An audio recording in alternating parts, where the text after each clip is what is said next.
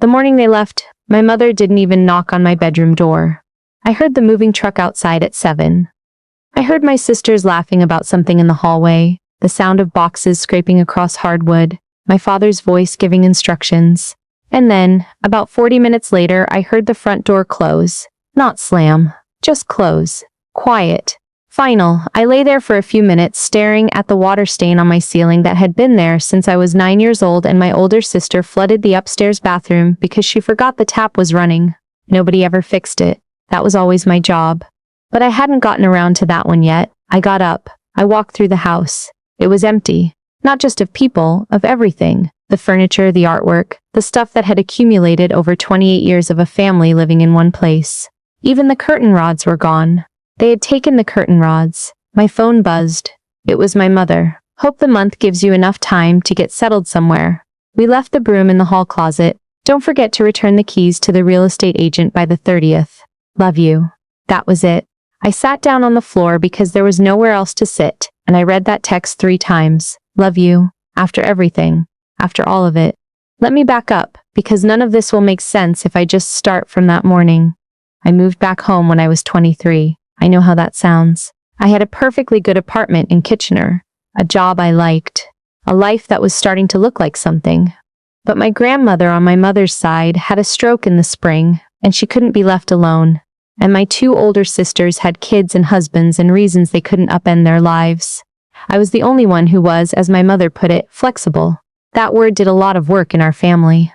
Flexible, what it meant was willing to sacrifice. What it meant was not allowed to say no. I sublet my apartment, put most of my stuff in storage, and moved back into my childhood bedroom in Guelph. I told myself it was temporary. 6 months, maybe 8. Until Gran stabilized, until my family figured out a long-term plan. That was 5 years ago. Gran passed away 2 years after I moved in. She went peacefully, intersleep in the room next to mine. I was the one who found her in the morning. I was the one who called my mother. I was the one who sat with her body while we waited, because I didn't want her to be alone. My mother and her husband arrived 2 hours later. My sisters came that afternoon. They cried and held each other, and I made coffee and answered the door when the funeral home people came. Nobody asked how I was doing. I don't think it occurred to them to wonder. After Gran passed, I should have left. I know that now, but by then the routine had set in. My mother had gotten used to having me there. Not in a warm, we love having you way, but in a this is convenient way. I did the grocery shopping. I handled the household bills because my father had never been good with paperwork, and my mother couldn't be bothered to learn the online banking system. I maintained the property, the lawn in summer, the driveway in winter, the endless of small repairs that a house from the 1980s constantly demands.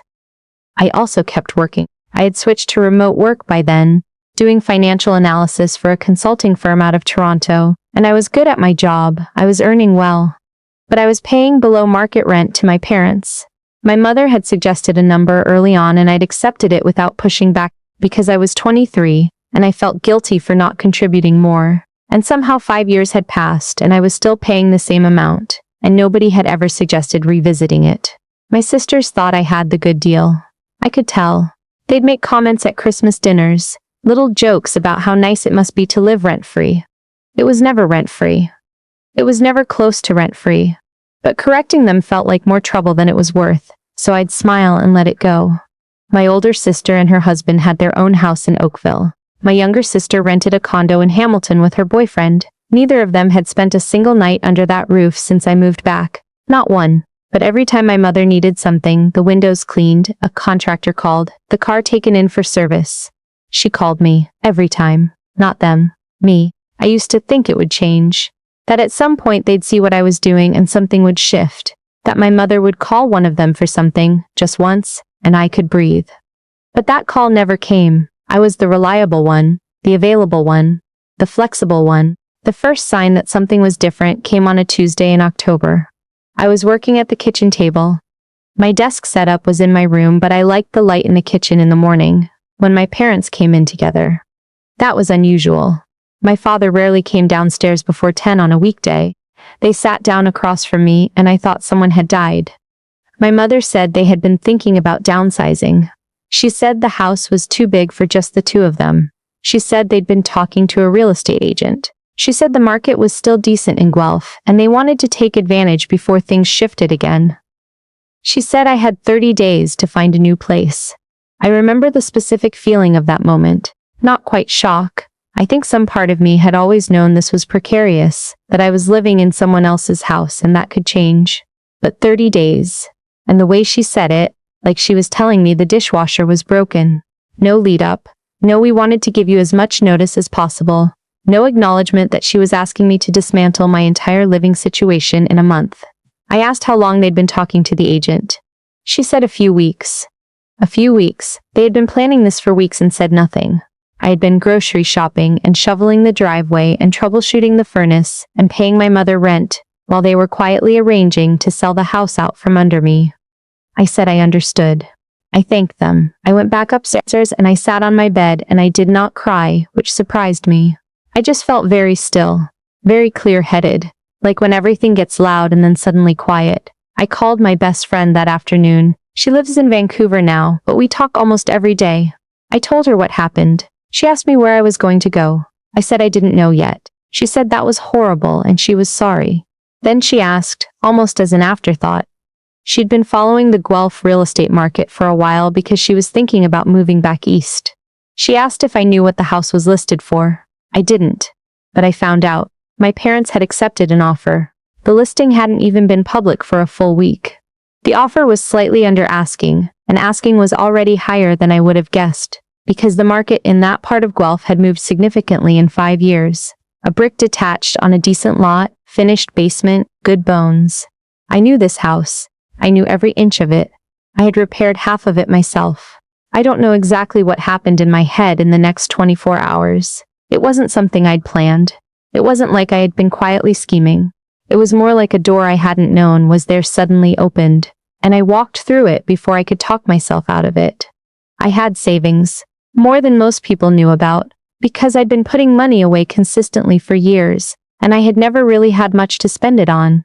Living at my parents' place, even paying rent, even covering expenses my mother never formally acknowledged, was still cheaper than renting in any market I'd have been looking at. I had RRSPs, I had a TFSA, I had a down payment that was bigger than I'd realized, because I'd been treating it like an emergency fund that I kept hoping I'd never need.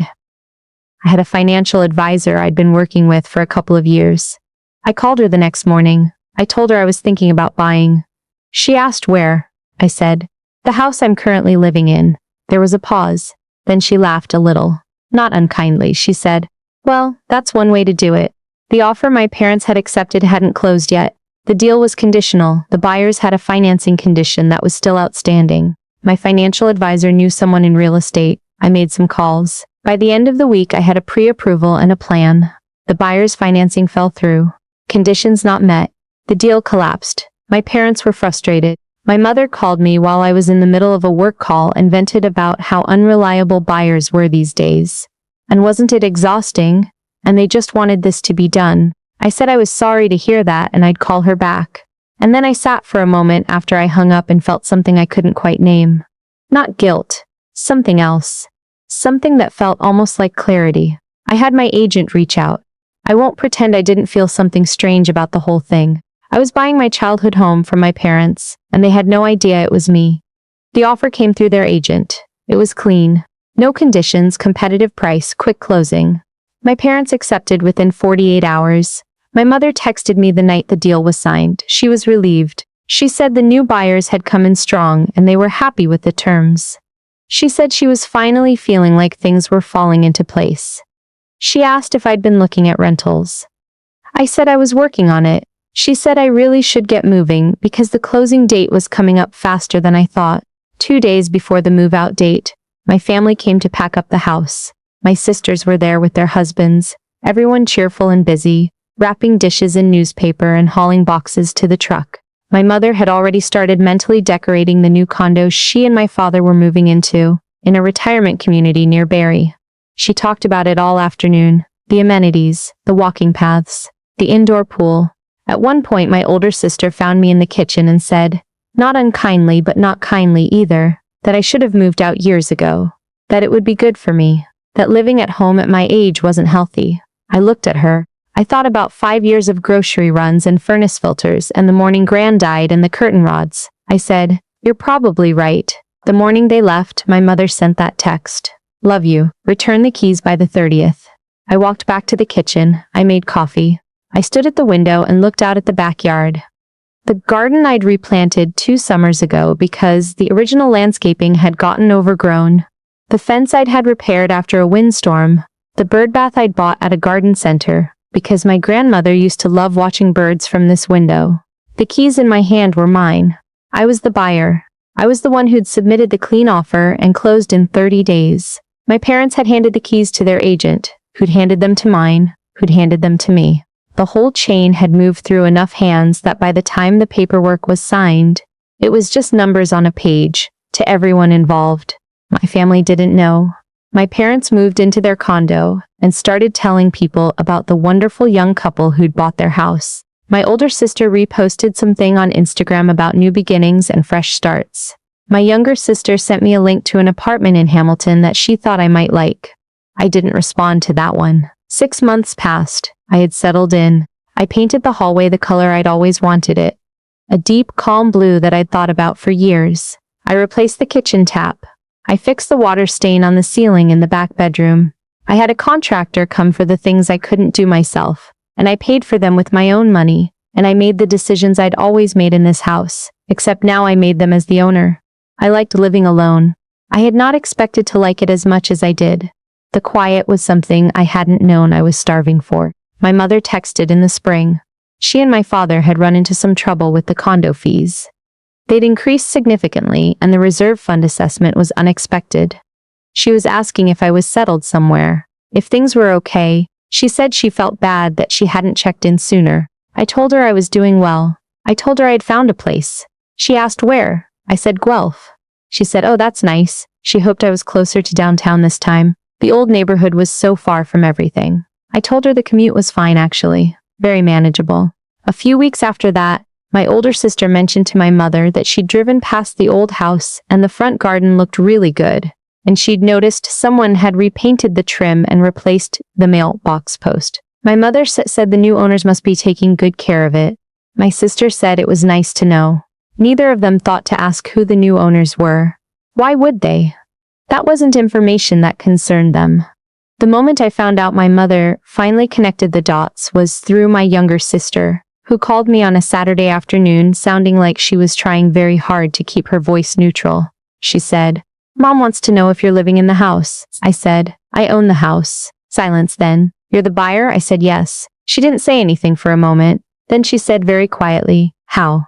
I said I'd been saving for a long time and the timing worked out. She said Mom was going to lose her mind. My mother called 20 minutes later. I let it ring. She called again. I picked up the second time. She didn't yell, which surprised me. She was very quiet, which was somehow worse. She said she didn't understand. She said why hadn't I told them? She said they would have given me a different deal, a family price. They never would have let an outsider. I said, I paid the market price. The same price anyone would have paid. She said that wasn't the point. I asked what the point was. She didn't have an answer for that. My father called the next day. He was more measured about it. He said he wasn't upset exactly. He just wanted to understand. He said it was a strange thing to do. I said I agreed, and that I would have done it differently if I'd had more than 30 days notice. He was quiet after that. My older sister texted me a long message about how this felt like a betrayal, and she didn't understand why I would hide something like this from the family. I read it twice, and then I put my phone face down on the counter and went and made dinner. There was a family dinner at my aunt's house in the summer. I went. I was not going to let anyone take that from me. My mother was strange with me all evening, not openly cold, just careful, like she was calibrating how to feel. At one point she pulled me aside in the kitchen and said she hoped I understood that she and my father had needed that money for the condo, that they hadn't had a choice about selling. I said I understood. I said they got the price they needed and the closing they wanted, and I'd paid fair market value, and I didn't see the harm. She said the harm was that she hadn't known it was me. I said, you gave me 30 days to find somewhere to go. I found somewhere to go. She opened her mouth, closed it again. My aunt, who had been listening from approximately 4 feet away, made a sound that was very close to a laugh. My mother walked back to the dining room. Things have been strange since. Not broken, not warm either. My sisters are still processing it, I think. My older sister has gone back and forth between admiring it and resenting it depending on the week. My younger sister thinks it's funny now, at least when our mother isn't in the room. My parents have been to the house once. My mother walked through all the rooms very slowly, not saying much. She stopped in the kitchen for a long time. She looked at the blue hallway and said it was a color choice. I said thank you.